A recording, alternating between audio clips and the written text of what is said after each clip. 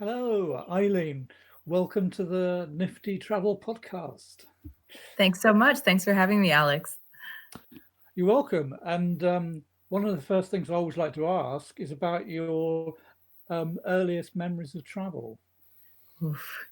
I was very fortunate growing up on the East Coast of the US. My parents brought us camping a lot in New England, and we did typical Florida trips. And then as I got older, we got to do more complex trips in the US through the Southwest and California and even Alaska.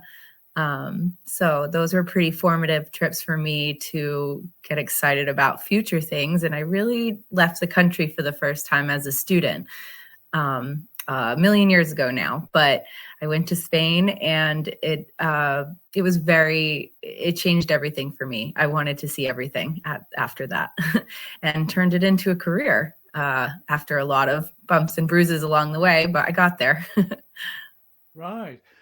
So you're from an area, is it Massachusetts? Yes. Uh, so what's it like growing up in Massachusetts?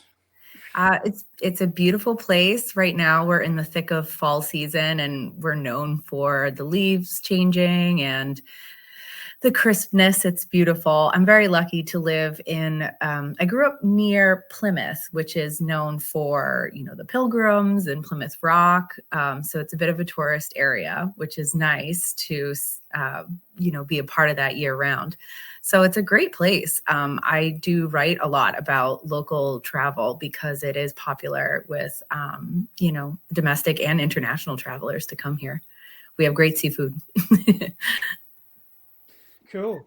Well, I live in the southwest of England, Mm, and of course, when you look at the map of towns in our area, like Barnstaple, Biddeford, mhm, you know, mhm. they're towns that have found their way to the east coast of America. I keep talking about doing a article about the Massachusetts towns versus the UK towns because obviously we got all our names from the UK, and the differences. But my husband is British, so we spend a lot of time in the UK. We just went this summer, last month, for a big 10-day trip to South Wales and Cornwall. So that was great. Yeah, well, it's a nice part of the world, Mhm. and I'm absolutely biased. I am a little too at this point. I lived in London for 3 years as well. So it definitely has our heart. Maybe someday we'll move back. We'll see. Yeah. So, did you decide to, did your interest in travel develop slowly, or was it this opportunity that you mentioned about going to Spain? So, Mm. how did it come about?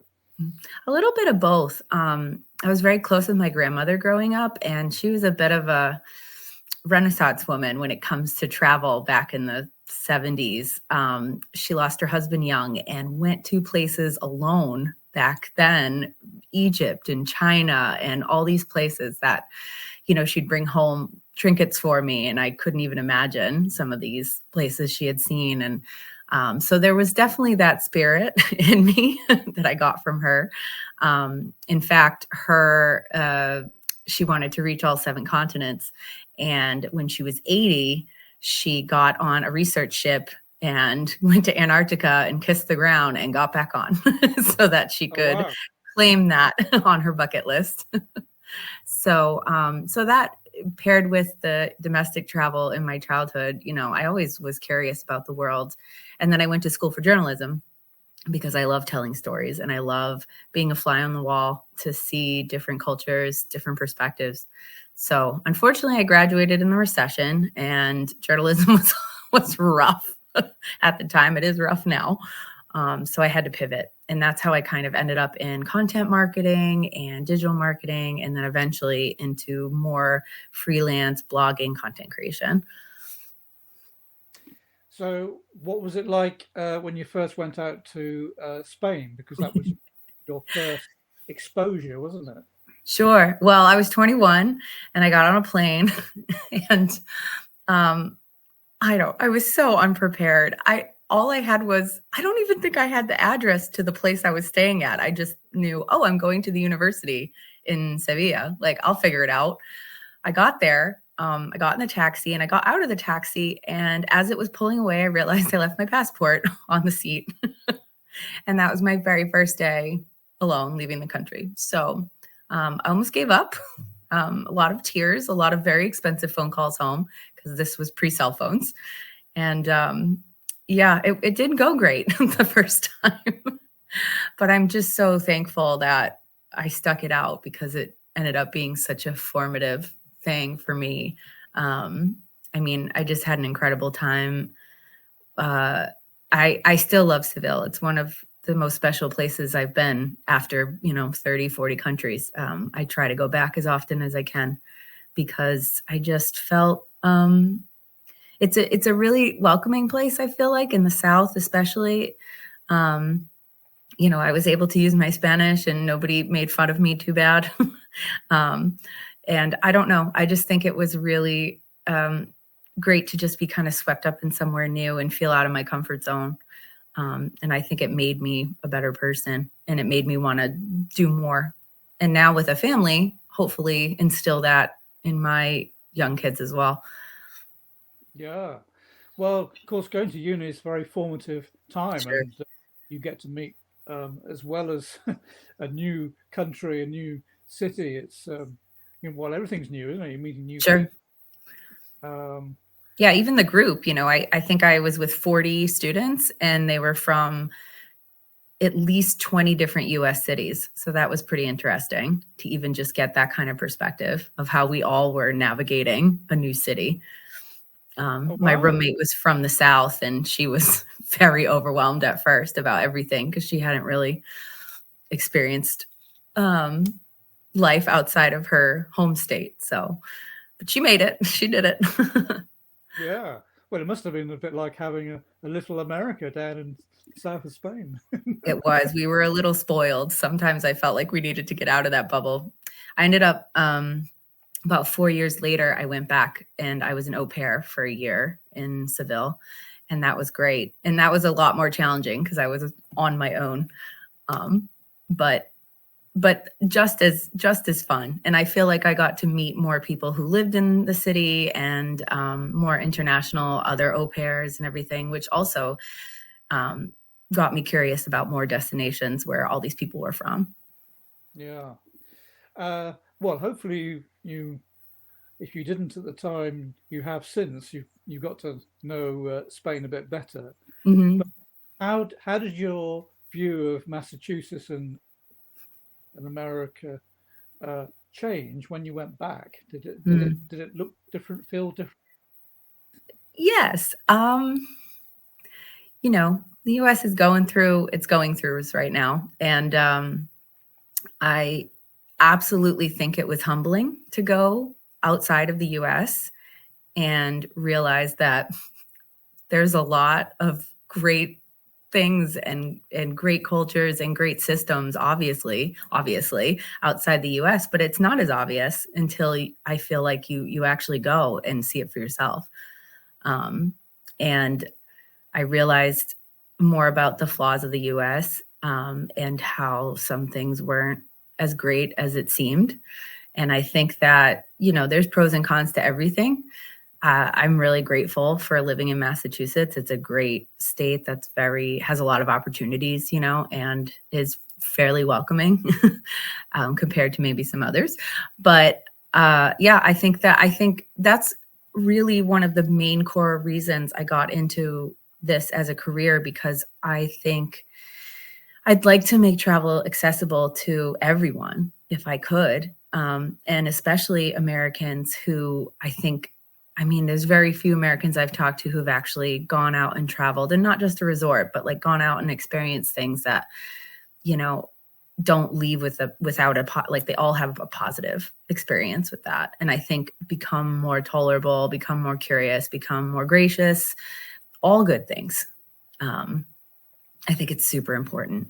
I wish it wasn't just a privilege. I wish it was for everybody, but Yeah. working Yeah. on it. But America's such a large country. Right. in many senses, it's multiple countries all wrapped together. Mhm. Is it a surprise, or maybe it's not a surprise that many Americans, prefer to to vacation at home rather than go outside? Which is fair. I forget the exact percentage, but the minority of Americans have passports. It's not common. So I do understand because again, that's what my parents did. We grew up going to the US. I mean, the flight from Massachusetts to California is the same as Massachusetts to England. So it's pretty, there's a lot to see. And through my work, I've had seasons of focusing on domestic trips, and I've been able to experience like the American South and more of the West Coast. And I'm actually going to the Midwest this weekend for kind of the first time. So it's all apples and oranges. It's like being in a completely different country sometimes when you go to the different regions. So I do understand why, a lot of people stay in the US for travel. Which I think is a shame, but because, it's worth seeing everything for sure. But there's so much more out there too. Yeah, well, there's a balance to strike. I mean, Mm. I've lived in places for many years, and um, you think you've seen and done everything, but it's difficult to find time to put your feet in, exactly everywhere, isn't it? I, yeah, It's I mean, when, I was at my peak, I was traveling once or twice a month and I still feel like I barely scratched the surface. mm. So, So, well, talking about frequency, you say mm, you usually travel to about 12 countries uh, a year. So that sounds like, you know, once caught the bug, uh, mm, you really like to do it a lot. So mm. is that how it's been for you? It's a tiny bit outdated because I would say, so I have two young daughters. One is 4.5 and one's 2.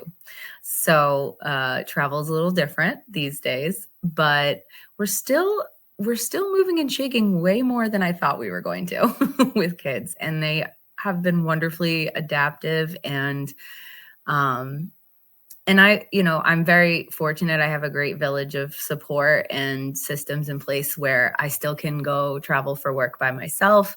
My husband and I usually get away once a year at least.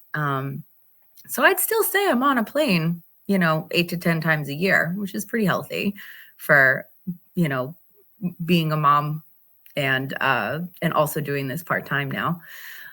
So yeah, but I do get to at least a few new countries every year and a few new states. And it's I think it will ramp up again, but we're enjoying kind of more of a slow travel season right now and getting the kids used to this and making sure they're having a good time too, because we don't want to force it. Yeah. We don't want them to roll their eyes at us yet. We're trying to make sure this stays fun.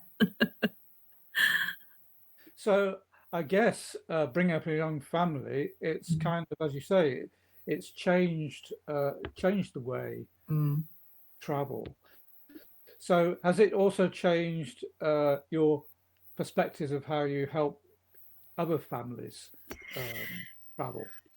Yeah, it's been, I'm still kind of grappling with the identity of that because unfortunately I feel like family travel gets a bit of a bad rap sometimes. You hear that maybe and think like, oh, Disney World in Florida and maybe a cruise if you want to get crazy. So I was really hesitant to be in that category because I think those are great. And I know that's attainable for a lot of people, but I also feel like if you want to and you want to make it a priority, you can push beyond that. I think everywhere is great for kids, almost everywhere. So, I try to, when I write now, I do write for families, but I don't write just for the kids. If we're talking about London, for example, obviously we're going to include, the Children's Museum or like a Peppa Pig afternoon tea or something like that. But also, activities where everyone can do them together. And it's not necessarily just for the kids because everyone's traveling together. Yes. Well, you've got you've got other people with other likes and dislikes, and Sure. it, yeah, I'm sure there are times when you're being pulled in multiple directions. Yeah, it's and they're really small. So this is, that also will evolve. My husband and I talk about it all the time where, they're just starting to kind of be a little more independent and a little less diapers at this point. So we talk about all these exciting things, we really want to try for Asia in the next year or two with them and all these things, but we're also trying to be patient because I want to make sure they're having a good time. I don't want to drag them to Vietnam and A, they're not going to remember it, or B, it's just going to be too stressful for everybody. I keep trying to remind myself we're right at the beginning. We have hopefully lots of time to hit these milestones with them too. We just need to be a little patient. But it's great to practice. We're going to go to Michigan this weekend. I'm working with Grand Rapids Tourism, and they haven't been to this. None of us actually. This is my first time to Michigan.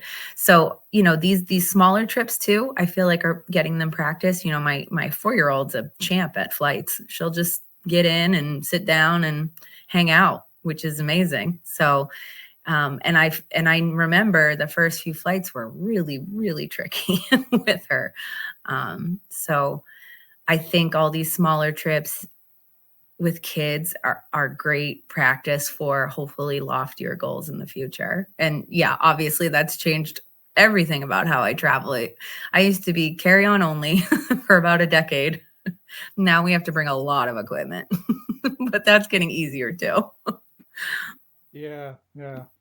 I think kids are tremendously adaptable, Hmm. uh, and one day, as you say, you'll you'll wonder how it all happened, but it'll be it's a wonderful experience. Hmm. Now, you mentioned that you stayed in London for 3 years. Hmm. So, was your expectations of living somewhere versus just going somewhere for a vacation, did that did that change anything for you? um, I mean, obviously London's different than the US, but it wasn't like a huge a huge transition, Um, but yeah, I mean, there was a lot of things. I mean, it's not really related to a different country, but it was more living in a giant city. I hadn't really done that before. So we were in South London and Clapham. So that was great. But yeah, I mean, it was just, I wish, we dream about taking a sabbatical or doing something like that with the kids because it's so interesting to really be somewhere for that long. Um, I had visited London a dozen times probably before we moved there. And I feel like I didn't really understand how it all worked and how it really was until we lived there. But it's just so nice. It's so nice to get all your things checked off here, the parliament and the eye and I don't know, the pubs and whatever. And then the dust settles and you say, oh, now what? Now I get to really do what locals are doing and, kind of take my time, which was really nice. And then honestly, as much as I love London, it was really great just being in that part of the world and having so much close access to everywhere else. We got to just jump all over Europe and it was great for a while. It's a little Yeah. more involved nowadays to get over to Greece, for example. Hmm. Mm. Well, I guess after the US, just popping off for trips must have Right. se- it must have seemed incredibly easy. It's us, the the locals who thinks everywhere's a long way. I know. I mean, we had friends, English friends, and they were just like, "You're nuts. You're going to Romania for 3 days." I said, "Yeah, why wouldn't I?" I said, "It's closer than California for me." I just thought this was amazing. And then I'd get a flight for what, 15 quid? It was, the heyday. It was awesome. So Yeah. I really like that. And I found some great companies and destinations to work with as well while I was out there. So the opportunities seemed plentiful also, which was just wonderful. It was really great experience. Well, it's interesting when you live in Europe. Mm.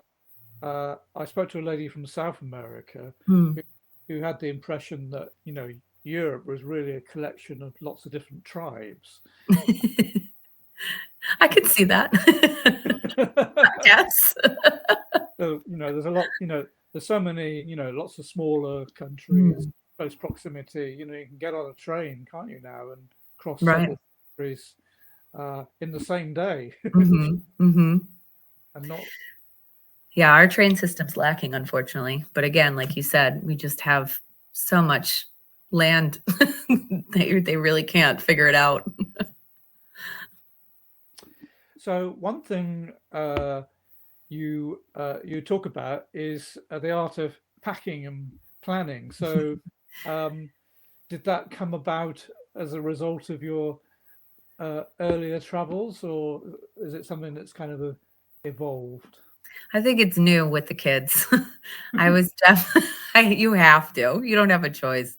It's funny beforehand. I don't know. I feel like sometimes people are a bit smug about it. They think, oh, I've traveled all over the world. We'll just manage with, again, a few diapers and I don't know, a change of clothes. They'll be fine.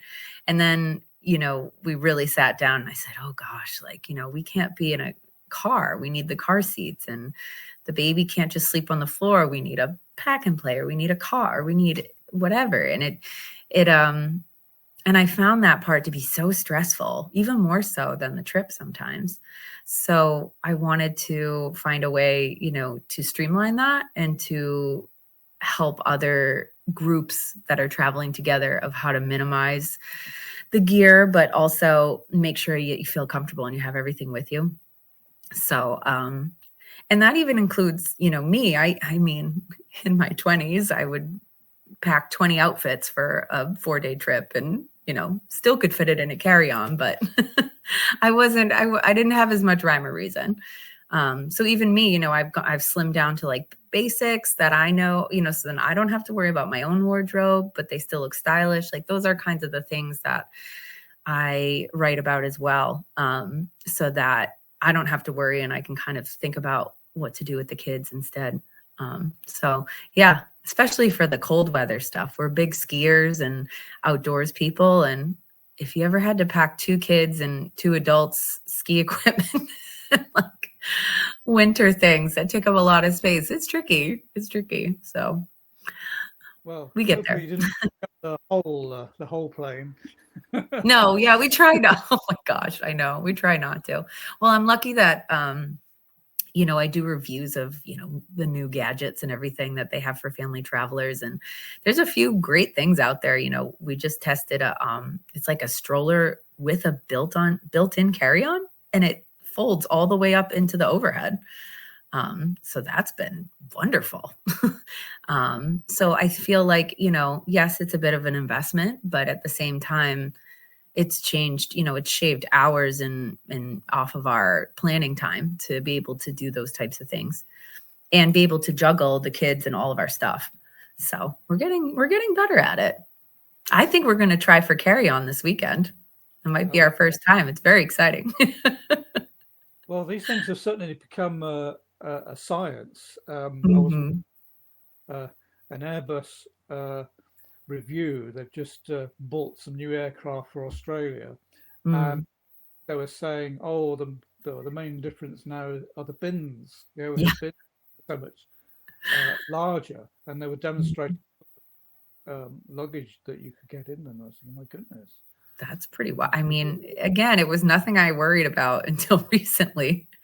Um, all sorts of having things on wheels. I used to have a backpack or a duffel, and now I need my hands and my back for piggybacks free. Like I have to have it on wheels. So, Yeah. but yeah, we're getting better. And other things I worry about, I know like we have a lot of credit cards available in the US with travel perks and rewards and stuff. And I wasn't worried about that in the past, but now I make sure that I have an arsenal of things that will allow free checked bags and things like that, so that it doesn't add up, because obviously we have to be mindful of costs as well. When I'm not just a solo or a couple traveler, I have a whole crew now. Hmm. It's a minefield, isn't it? Mm, Uh, Traveling in, when you're trying to find out the right deals, isn't it? You have to have a bit of knowledge of the industry, don't you? sure. Yeah, there's and I feel really passionate about it because I know there is so much choice out there. There's so much advice out there, and I don't want people to get discouraged because of all of that. There is solutions buried in all the noise. Mm. um, and I also really try to encourage people that it doesn't have to be perfect.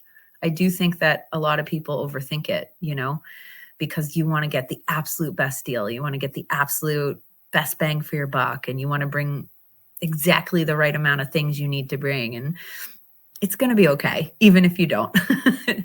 you know, Yeah. No, there isn't such a thing as perfect, is it? no. Because we're all individuals, aren't we? Hmm. We're, that seems to be a deciding factor. So you say that you like organising group travel. Mm, Um, what are the main differences between organising for groups versus mm, well, travellers who prefer to do it solo? mm.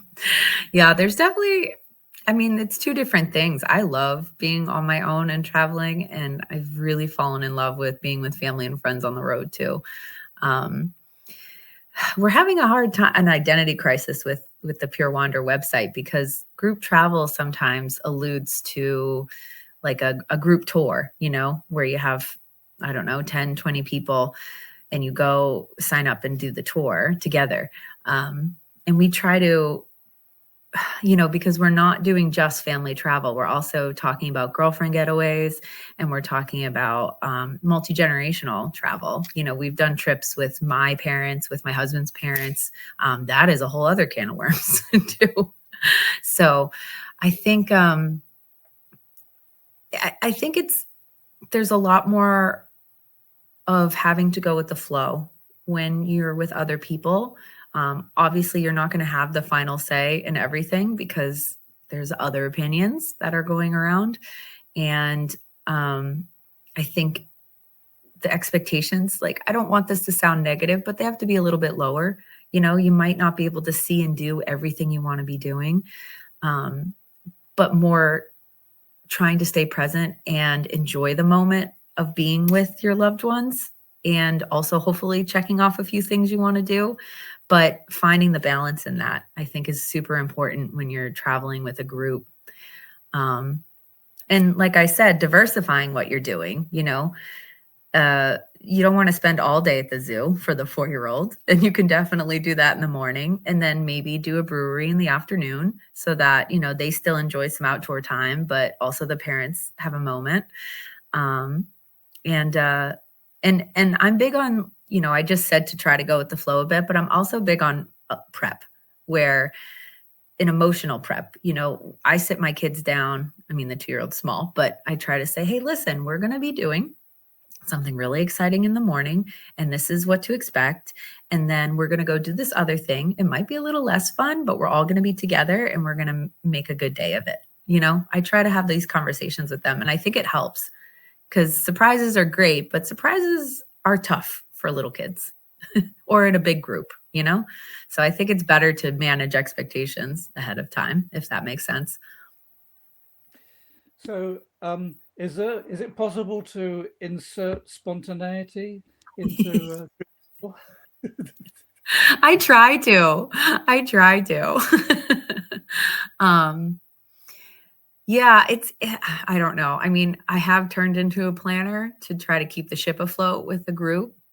And then I also think just the nature of my job, I've gone on a lot of traditional press trips because I started out in journalism before the blogging. Um, and the way those usually work is somebody kind of holds your hand and just brings you around. I don't really have much say in what I'm doing, and it's all pretty planned out because they want you to see what they want you to see. And I do actually really enjoy that. A lot of writers and journalists don't, but I mean, that's great. I'd love for you to plan it for me. I can just go. Um, so yeah, but I mean, I definitely like this weekend we have some attractions that are planned and things like that, but I'm going to let it fly on where to eat. And, we'd like to maybe go get outside and go see the lakes near Michigan, the Big Finger Lakes. I'm going to just let that go. I have some blocks of time. I say, oh, well, this afternoon we're free. So why don't we just hop in the rental car and we'll go see what we find? I do think that's really important for sure, especially when I'm writing. I don't want to write about the same things as everybody else. So I do try to find something a little more hidden or a little more off the beaten path for sure. Well, I was saying to somebody the other day about, do you think some of the best memories are the unexpected Mm. moments? Oh, for sure. For sure. Um, I don't know why you reminded me, but one of my favorite things living in London was, obviously we did all the touristy things and we saw all the great, landmarks and everything. And I think we'd only been there a few weeks and it was around Christmas time. And I mean, the holidays in London are magic. And I like almost get emotional talking about it. We wandered into a random pub. There was fairy lights and there was this very young guy on a guitar in the corner. And he started playing, oh gosh, it's that Christmas song that's really depressing. Christmas in New York or something like that. But the whole pub broke out into spontaneous song. Oh, wow. And it was just the whole place was singing together. And it was so amazing to be in the throng of that and see that because I don't know. Like I'd never experienced that kind of spirit in a pub or in a bar, obviously in the US, not usually unless it's a sports thing. But yeah, it was just really great. And that was not planned, obviously. So of course, those moments are my favorite moments, 100%. Yeah. Yeah. Well, it puts pins and needles on your Yeah. skin, doesn't it? It's one of those you think, wow, totally it can, yeah, totally surprise you. Hmm. Hmm. Well, let's talk a bit about journalism. Perhaps tell me a bit about what drew you uh, to it, and of course, now that you also like blogging, your storytelling. So, are these two disciplines close neighbours?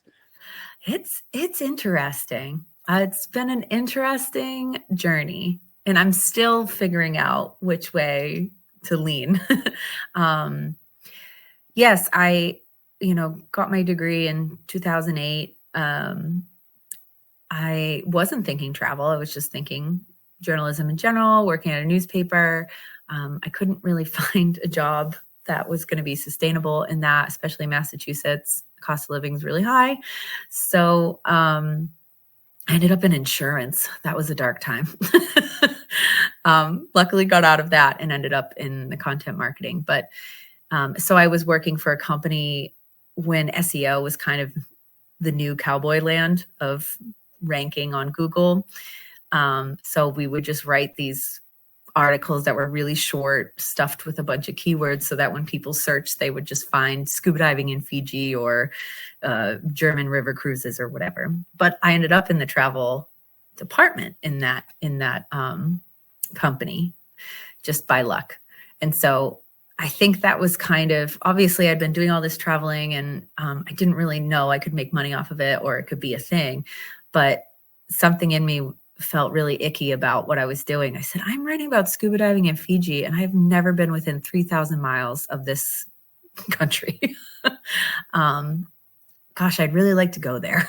And so I did a little bit of digging and blogging was still fairly new. Or at least monetizing it was at the time. So I had a blog for fun, that was always in the background. But sorry, long story short, I ended up finding some freelance writing gigs out of the blue and got offered, my first press trip, and it was to Mexico during Dia de los Muertos. Gosh, almost 15 years ago at this point. So that was it, where I was like, oh gosh, I can really, he's paying me for this article and I'm on this trip. This is pretty amazing. I wonder if there's more of this. So I did freelance for a while. It was great. It's a tricky thing to be in and support yourself in, I think. So that's when I launched with a co-founder, Pure Wander, because I had attended a conference in Boston and met some people who were doing this and said, oh, did you know you can make money off of banner ads or sponsorships? And that's when I took a deep dive into all of that. Because I always had a love for photography too, on top of the writing. And I thought, oh, well, it'd be great to integrate all of these creative outlets into something. I don't know, maybe I could build something. So it's ebbed and flowed. The pandemic obviously put us all at a screeching halt. And that's when I got pregnant as well. So I kind of, that was a weird time for a lot of people. But I'm so excited that we've all kind of, like, our family has come out of that, and I'm still doing this. And I'm excited for the future because it just keeps getting better every year. Yeah, well, you're right. The pandemic was a bit of a reset in a Mhm. way. Has it changed people's outlook or the kind of travel that they want, or is it was like a pause and now it's Mhm. getting back to the same as it always was? I think there's an undercurrent of maybe being a bit more conservative with travel right now. Um, the US especially it's not pandemic related, but it's a weird time right now for travel. I think you know, domestic travel has seen an increase right now, just in general, because it's easier. Some people believe it's safer. I don't know. I've gone to some conferences and obviously been working with some tourism boards, and it's a bit uncertain in what direction we're going in right now for those types of things, Yeah, yeah. Um, and just people being conservative with their finances in general. I think some people are allocating it to different things, which is understandable. So yeah, so I'm not feeling like it's as carefree as it used to be. Um, but there definitely is still people doing it for sure.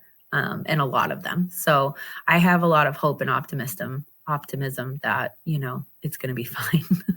Yeah, yeah. I think that's a reasonable. I think now that the event is going into the distance, Mm-hmm. it, these things gradually disappear from our memories. Yeah, it feels like a lifetime ago now. My goodness. I was actually at the time, I had actually taken a corporate job with a cruise company. I was a senior copywriter for them. Cruising did not go well during COVID, and they went bankrupt, unfortunately, which was another reason I turned back to the blog. I was like, well, I think this is maybe another little sign that I should just keep doing what I'm doing. It's going fine. Yeah, yeah. Now, one thing I saw you mention somewhere is about hidden gems, Mm, and I think it's something that's increasing in the traveler vocabulary. mm, Uh, but interestingly, a Scottish person I spoke to mm. said that actually the hidden gems are all, they're there all the time. You just need to look up. Sure, sure. Do you think do you think there are hidden gems hidden everywhere? Oh, 100%, We just need to look better. I think so for sure. I think I take the mindset of hidden gems where, again, I would say my audience are seasoned travelers, or at least have done a lot of the big things everybody writes about and are looking for the next adventure. So that's more of what I try to encourage. I say, obviously we've been talking about London. I love it there. Great. Go there. Go there twice. But then what about again, like Eastern Europe, Romania, Latvia, like all places that I think are beautiful, and or Slovenia, or anywhere really. Some of these things that you might think, like Slovenia, or especially an American, like you think that and you can't picture it. You can't think of what's there, right? Those are the types of things that I'm encouraging people to do, and try to show them that it's almost as easy to do that as it is to go to London. Um, you know, they have roads, they have food just like everywhere else.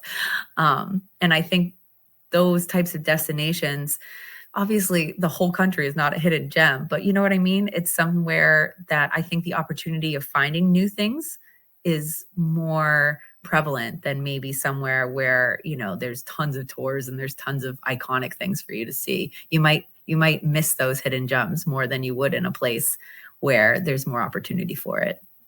You know what I mean? Yeah. Well, maybe it's a little less of what you talked about earlier, but perhaps a little less planning and Hmm. gaps to uh, Hmm. find more unexpected moments. Hmm. Yeah, I just wrote a guide about South Wales because that's where my husband's family is, and we are there a lot. And I feel like a lot of people know Snowdonia in the north, and obviously Cardiff, but like beyond that, it's more of a mystery. And I say in the guide, here's some places that are great to go, the castles, the places to eat and stuff. But I said, what you really should do is save an afternoon or even a whole day if your itinerary allows it, and just drive. Take some of the small cow roads, or I don't know what you call those, the really small roads with the pastures on either side, and stumble in somewhere, stumble into a little farmer's market, like we did this. We drove from South Wales to Cornwall, and we stumbled, I don't know where we were. I really don't. We were in I don't know, it was a farm shop. But then we almost missed it. Around the corner, the owner came out and she said, "Oh, do the girls like strawberries?" And there was a whole strawberry picking place behind it. We didn't see that from the road or know it existed. So that was one of their favorite afternoons. So yes, I Yeah. do love to plan, very much so, but I force myself to leave that space for those things too. Mm. Well, I can assure you the only kinds of roads to worry about in England is where things are growing in the middle of the It's road. true. I can drive on the left, but I let my husband do it. The rental car won't make it if I do it. Well, in on the island of Malta, they don't drive Mhm. the left or the right. They drive in the Heard shade. that. I've heard that. I've heard that.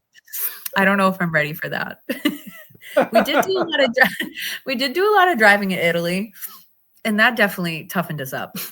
That was a cuckoo place to drive for me, at least, especially down the coast, but we made Yeah. it. Well, if you live in Rome, apparently, you're not a proper Roman unless your car's got a dent in it. I mean, that also makes sense. Seville was like that a bit in the South. Oh my gosh, because parking, like in all major cities, is so scarce. Like you would just watch out your apartment. It was something you did on a Sunday, and watch everybody bump into each other and argue. It's wild. Well, it's almost like a coffee shop activity, isn't it? Where Yes.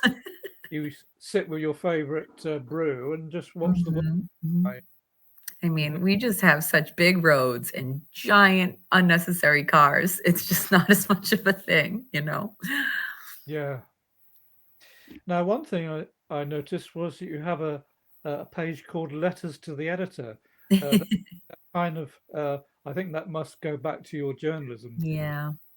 Well, I had a side blog called Crooked Flight for over a decade, and sadly just closed it, and I'm a little still upset about it, but it was really hard maintaining two websites. And I used to be a lot more personal on that one, about still about travel, but that was more of my solo adventures, or mental health and wellness when it regard to travel, like just some different topics.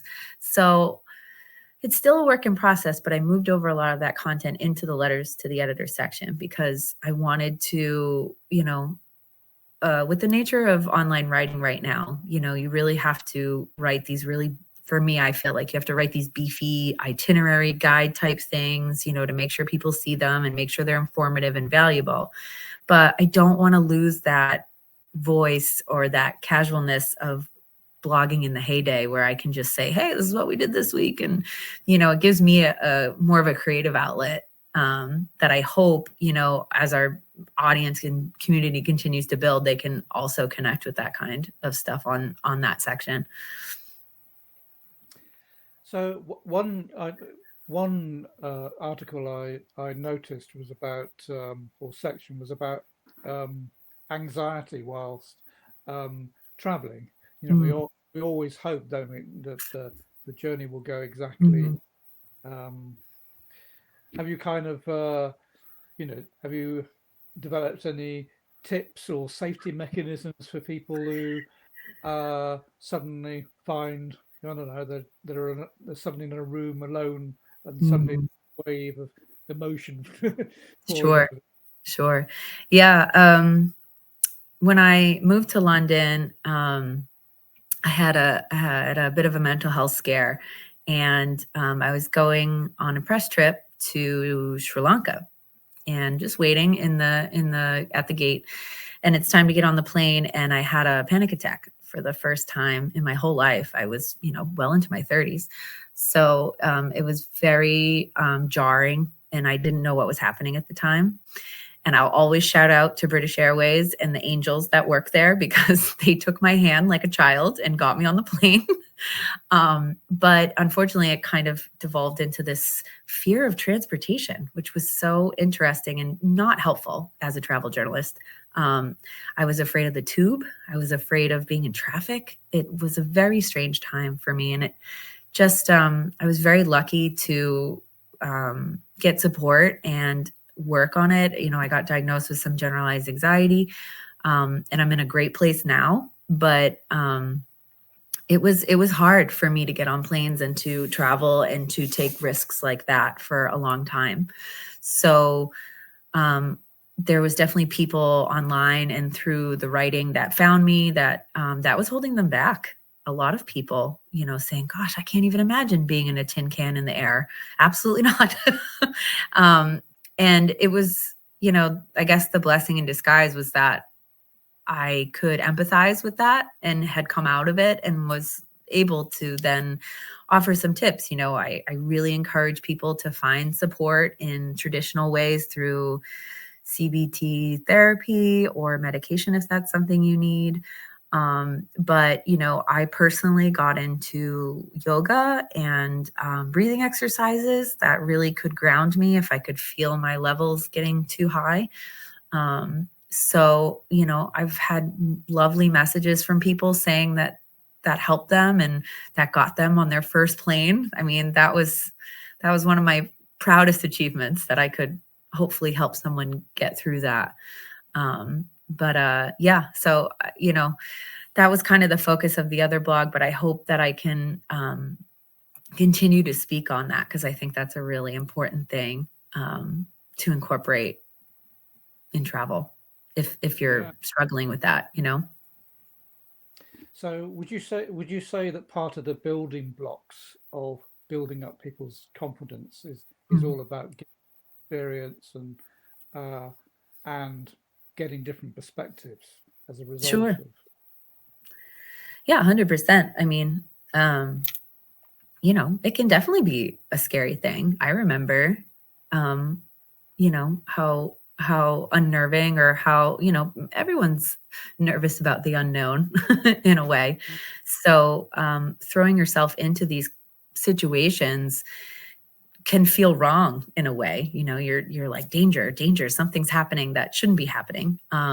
Even if it's not true, your body might be reacting that way, or your mind. But, I don't know. For me, I thought, exposure to it and baby steps, if that's what you need, can be helpful. Do a weekend away, then do a short flight, then think about a longer one. But also that's why I'm a big proponent of group travel, because if you can find a group, of like-minded people who are curious, who want to do this. I think that can be a good introduction to travel instead of, maybe going out by yourself if that seems too overwhelming. Mm. Yeah, that's a good way into travel, isn't it? If Hmm. um, you want to be able to share the experience with other people, that's Right. a very good way to take it. Hmm. Now, you mentioned airport lounges in Oh. an article, and of course, that's well, the fact that I've had the privilege of traveling for many decades, I've Mm. seen quite a lot of changes in the airport experience, and so I just wondered how you feel about lounges, and are they changing for the better? Oh, I'll never go back. It's so bad. I'm spoiled rotten now. um, well, obviously, with my job, I was very privileged to be able to have some very luxurious experiences in the past. That I wouldn't have been able to afford. And they were wonderful. And, I loved every minute of it. Um, but now with the children and everything else that I have responsibilities in life, it's much harder for me to go on a traditional press trip right now. But I missed some of those special luxury moments. I won't get into the rabbit hole, but I got into points and miles, which is a big thing in the US, um, where you rack up points on a credit card and then you can use them for reward travel, hotels, flights, things like that. I've come up with a strategy that's worked for our family, and it's gives us access to two really nice lounges. Um, and you don't need a huge one. I mean, most of, there's Priority Pass, and that's something that gives you access to lounges all over the world. Most credit cards offer that for free. So, you don't need to do as much as I do. But yeah, I mean, it's another thing that I hope that could be accessible for people. I think they don't a lot of people don't realize that you could just have I think there's even a couple credit cards for Americans that don't even have an annual fee, and you can still get the lounge pass. So, I really try to communicate this, especially to families, where it's stressful to have kids in an airport. And I think, it can go both ways. Like there's some lounges who are taking away, the guest options. But I understand a lot more people are figuring this out and the lounges are getting crowded. So that's fine. But there's lounges that have spaces for children. There's an amazing one in Logan that's a couple years old that has a whole special room for kids. It has a space for mothers with newborns. I think that's wonderful. I think that starts off the trip on a good foot, if you can figure that out. And we're glad we did. Yeah. Well, the key about airports, though, is get there early, isn't it? Oh yeah, I love getting to an airport early. It's And my I think, favorite. It's my favorite office. and I think a lot of airports, airlines, and independent companies now have cottoned on, haven't they? Hmm. The whole lounge experience It's very is different. um, there was a time where you were lucky to get a seat airside, let Sure, alone let sure. alone to a spare go into a spare room with your own separate experience from the Mhm. rest of the airport. Yeah, it Changed is very different. I massively. mean, we didn't travel like that when I was a kid, so I don't have the perspective. But I was in London in July for a conference, and I happened to be there the opening day of one of their new lounges, and it's an independent one. And yeah, the amount of lounges in Heathrow is bananas, but it's also nice, I guess, that they still have the upper echelon of lounges for the people with status and everything wonderful. But then they kind of have these ones that are more casual, but it's calmer and nicer to be in there than maybe in the main terminal.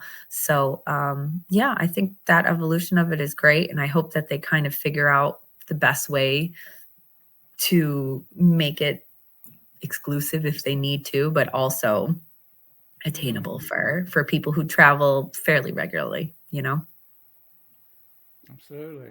Mm. Well, I like to slip the next subject in, if I think I can put it in. Wineries. Yeah, Do do you live in a part of the US that likes wine? we sure do. We don't grow it.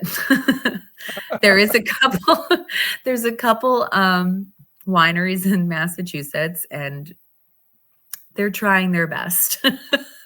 It gets very cold here for a long time, so it's pretty impossible to cultivate grapes. But I mean, I don't know. I'm going to get in trouble for this too. I'm a bit of a snot, but I would take a European wine over a California wine any day. Oh, um, I know, I know, sacrilege! I know. They're going to come for me. Visit California will never work with me. um, but yeah, I mean, I don't know if it's wrapped up again in like nostalgia or rose-colored glasses, you know. But yes, we're big wine drinkers. Breweries and are, you know, having their moment in New England and Massachusetts as well. And for me too, I'm also a big hard cider fan. And we're finally getting into that in the US, which is very exciting because I was very sad to leave the UK and then be back on just Magners in the US. It was rough.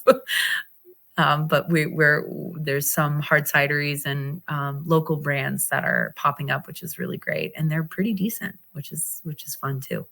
So yes, but the wine is very diverse. You know, the offer. I mean, you can get whatever you'd like here, but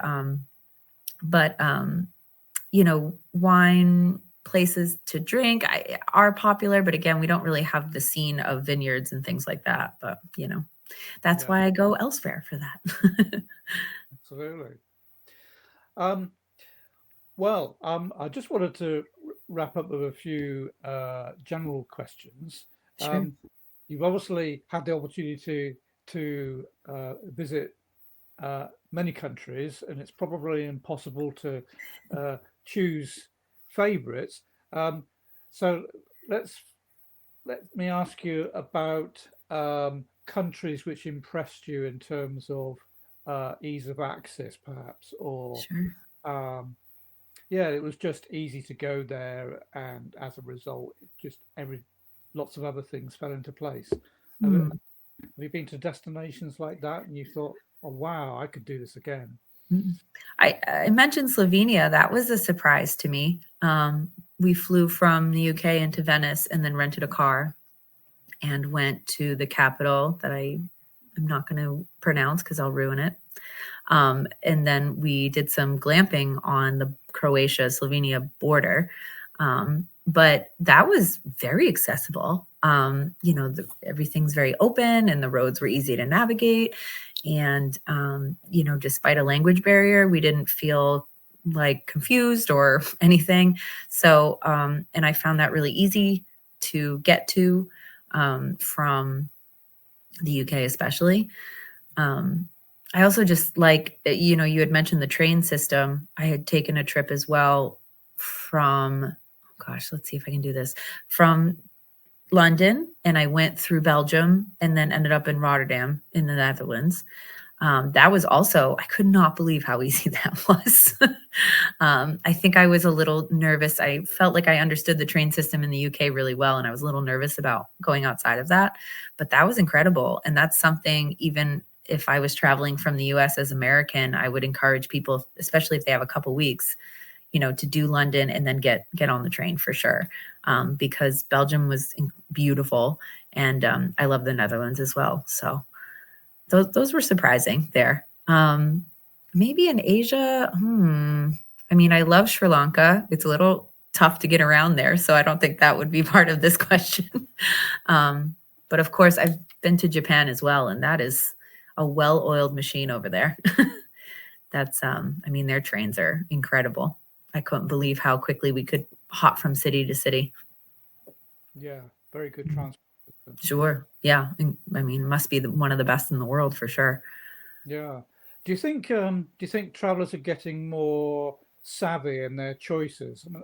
In a sense, the reason I asked the last question was, do you think people are are looking for well organized travel destinations, or are people still, they don't really mind?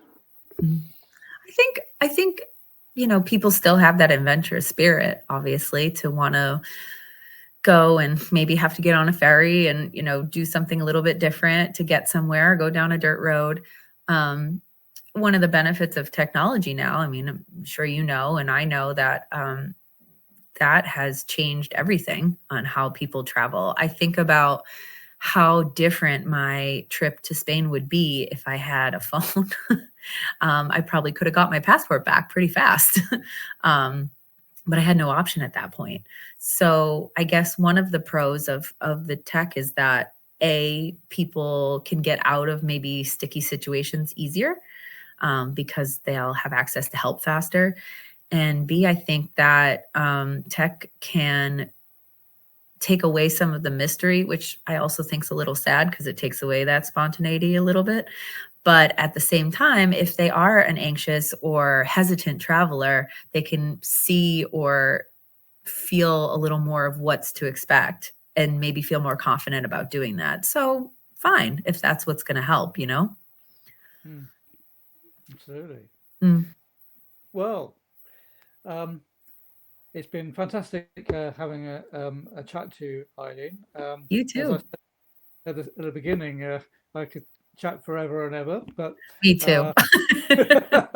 Me too. I'm a chatter if you didn't notice. But and it's been a well, pleasure. yeah, it's been a pleasure too. And well, it looks like you've got a weekend of travel coming up, so enjoy that. Thank you. Thank you very much.